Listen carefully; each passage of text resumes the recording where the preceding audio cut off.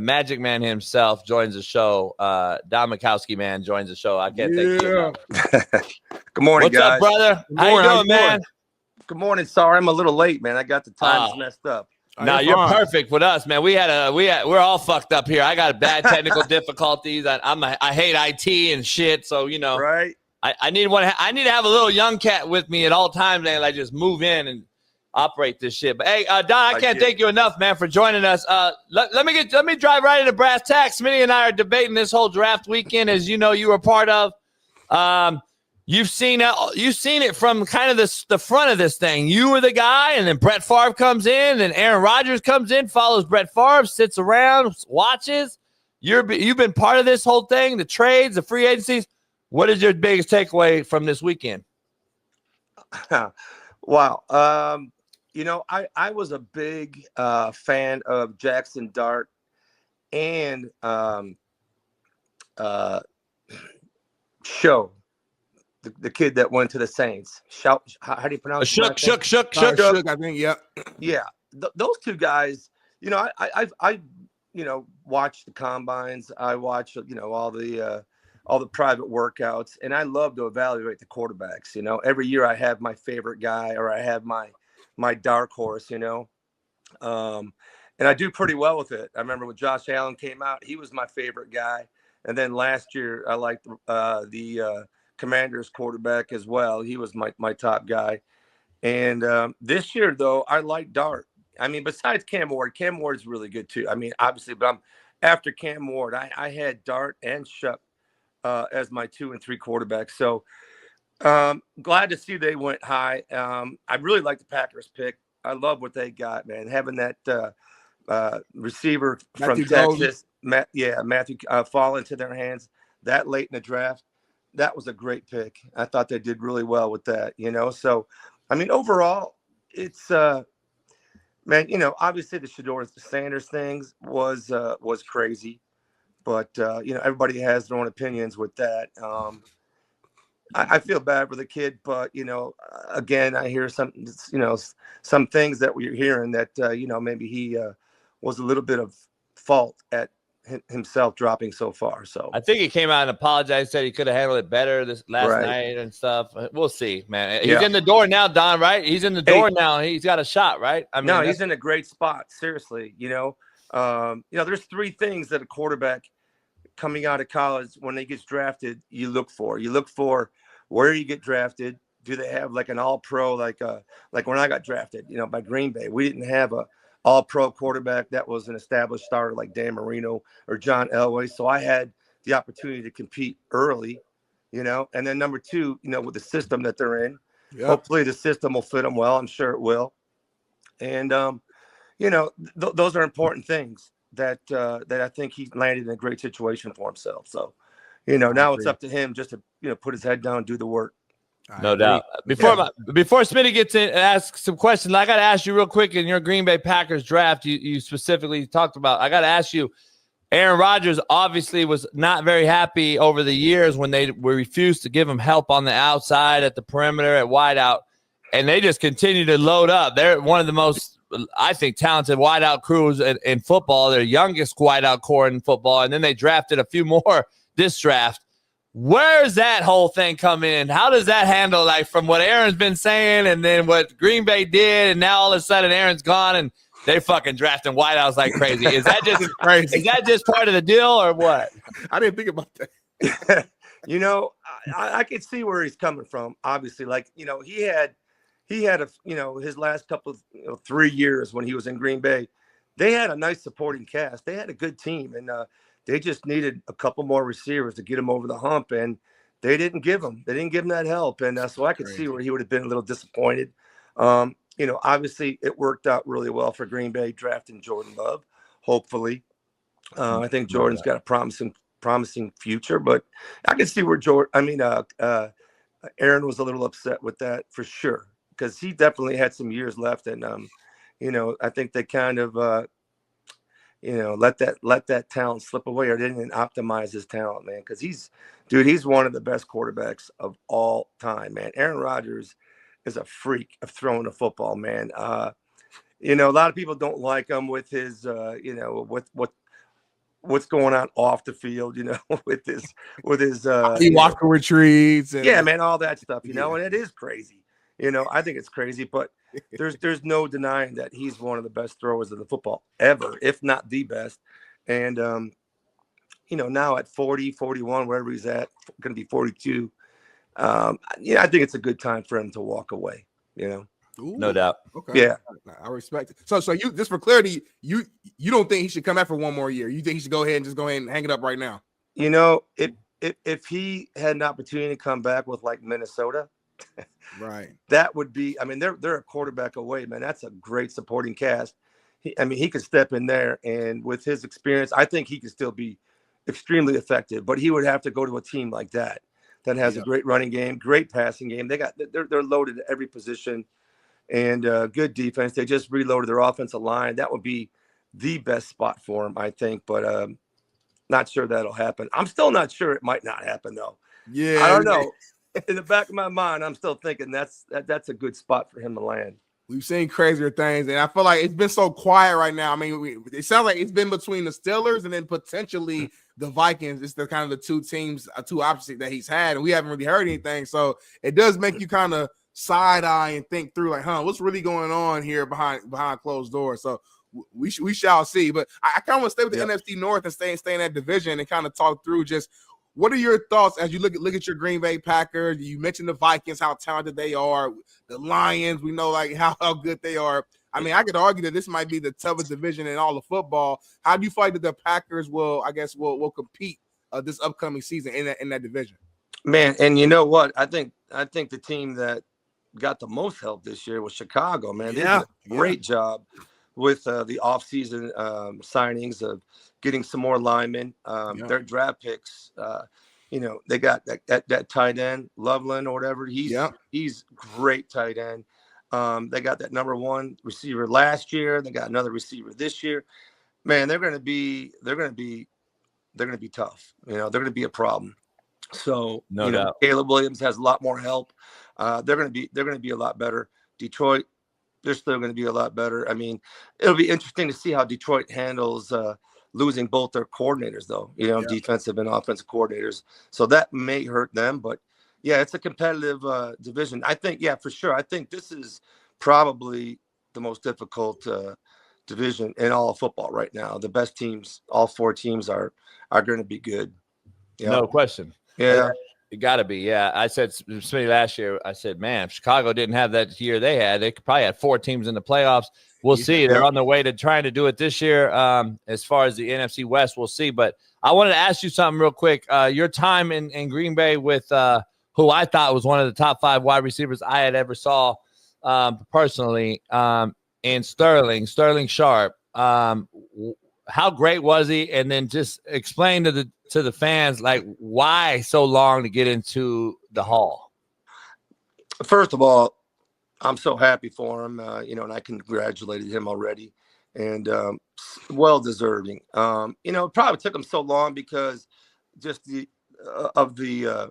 amount of years that he played, kind of like a Terrell Davis situation. But there's no question that he put up numbers, and he was obviously an All-Pro or a Hall of Fame receiver. The crazy thing about Sterling, back when I played with him, that's all we had was really Sterling Sharpe as our receiving core. We had a bunch.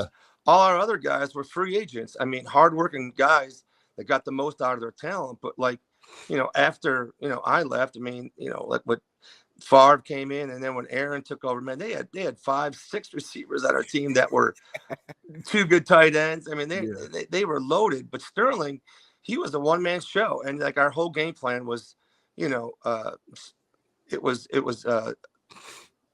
surrounded, or we implemented our game plan all based on his ability. And I mean, the defenses knew that he was the guy that we were going to go to, and they still couldn't stop him, man. He was that good. He was something special. So he's well deserving of going in the Hall.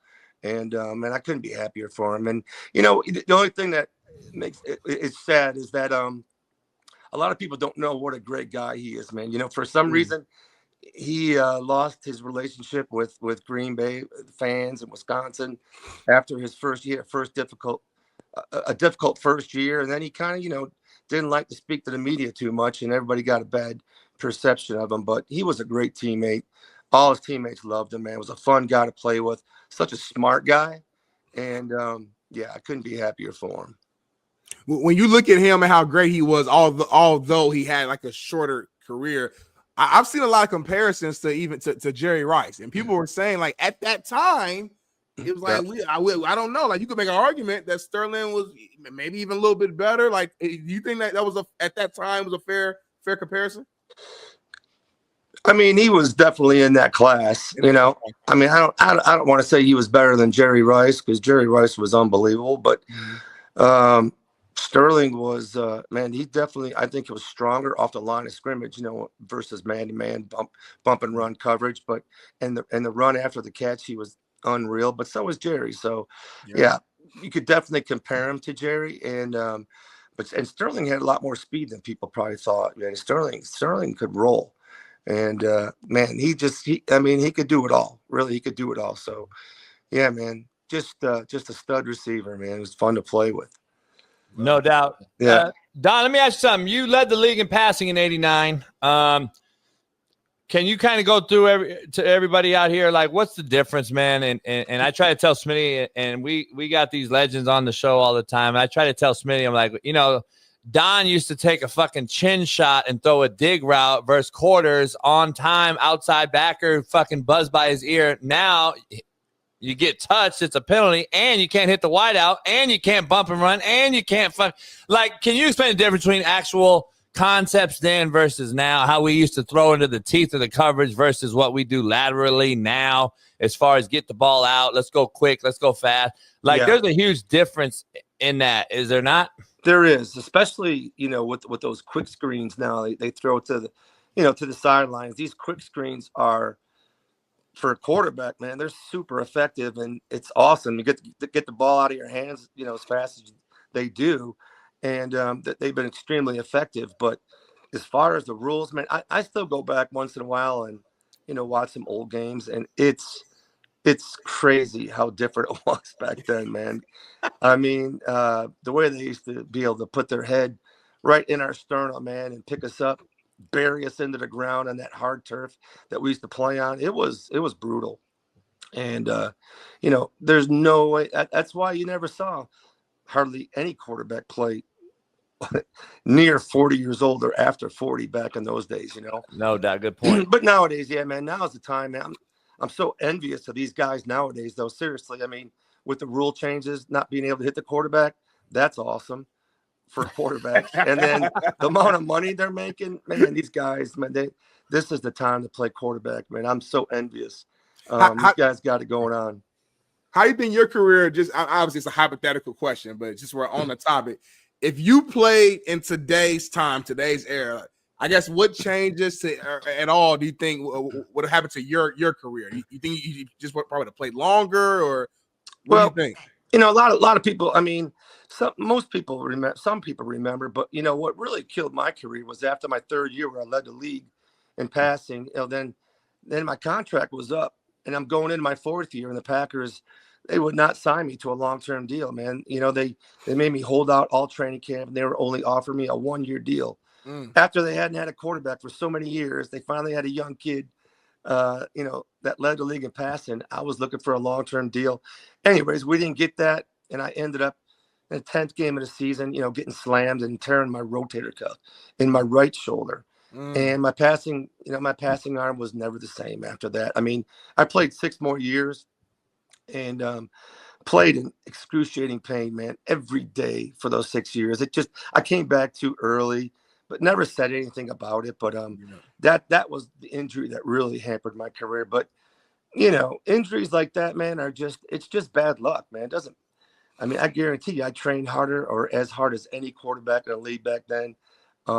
I wasn't just a quarterback, man. I was an athlete, man. Ran track, played hoops, and man, I trained hard in the offseason, and I was ready to go every year. And just injuries suck, man. They just happen. They're just freak things that you can't prevent sometimes. So, you know, the rule changes nowadays would definitely help, you know, making you being able to play a lot longer, man. But, you know, just back then, I just had some bad luck, some unfortunate injuries that, you know, I hate to talk about because, I was so disappointed. I never really talk about it much, man, because, I hate looking back and said, I wonder what could have been, but I always do. Nah, man, it's an unbelievable story. I don't think people realize how many surgeries and all that shit you went through, man. I don't know if there's anyone that's had more than you, and what you've done and persevered through is crazy. I give you hats off all the time. I thought you're one of the grittiest guys I ever saw play. I got to ask you, Don, real quick, where's your take at with Brett? Like how he's, he goes to the Jets, he goes to Minnesota. Do you think that's why Aaron doesn't want to follow the same footprint, the path? Is there something to that with Aaron versus Brett? That's kind of crazy, man. If he would follow that same path, I mean, that's crazy. But I don't know if that would have any impact on Aaron's decision. I don't know. I really think if Minnesota offered him a deal, I think he would probably go there, regardless of what Brett did. But, the only thing of what Brett did, I was kind of happy with. I gotta admit, obviously I'm a true Packer in and out, right? Green and gold, I bleed green and gold. But there's not many times in the NFL where a player gets the last laugh, and kind of like, teams always cutting players as they get older. They always have the upper hand. Players rarely have a chance to go somewhere else and come back and play his former team and put a beating on him like he did the first time he was with Minnesota when he played with the Vikings, and he had unbelievable games against Green Bay, and that was a statement that he made, being able to do that. So I still talk to him a lot, man. I do a lot of appearances with Brett, so we still talk about all this stuff, man. And I'll see him next month, man, doing an appearance in May in Madison. So, but no doubt. I don't know if Aaron had the chance, though. I still think he would go to Minnesota, guys. I do. I agree. Yeah, I'm with you. I'm with you on that, Don. Man, yeah. Don, I can't thank you enough, man, for coming on here, man, and sharing some time. We got to have you back on during the season or something, man, to talk about it. What do you got going on now currently? Man, you talk about shoulder injuries. I just had my 28th surgery. I had three right shoulder rotator cuff surgeries in the last year on the same shoulder. It just kept tearing. It still can't get it right, but I think we got it right now after the third one. So, man, that's all I've been doing, man. I come up to Wisconsin, though, the last 3 years. My wife is from Milwaukee, and we've been coming up to Green Bay and staying in Green Bay in an Airbnb for the last 3 years from September all the way to Thanksgiving. So probably do something similar to that this year again. I do a lot of, personal appearances, hanging out, going to different tailgating events, corporate appearances. So that's a lot of fun. Love coming back to Wisconsin, man. Hell yeah. Shirt, drink Wisconsin-ly. Yeah. I love that. Yeah. No doubt. Hey, man, I can't thank you enough, Don. Good luck to everything. Hopefully you recover, man, and hopefully we'll have you back on during the season, brother. Yes, okay, brother. Hey, good talking to you guys, man. You too, Don. Appreciate you. Have a good one. Magic Man himself, man. Legendary Don Majkowski, man, joining us.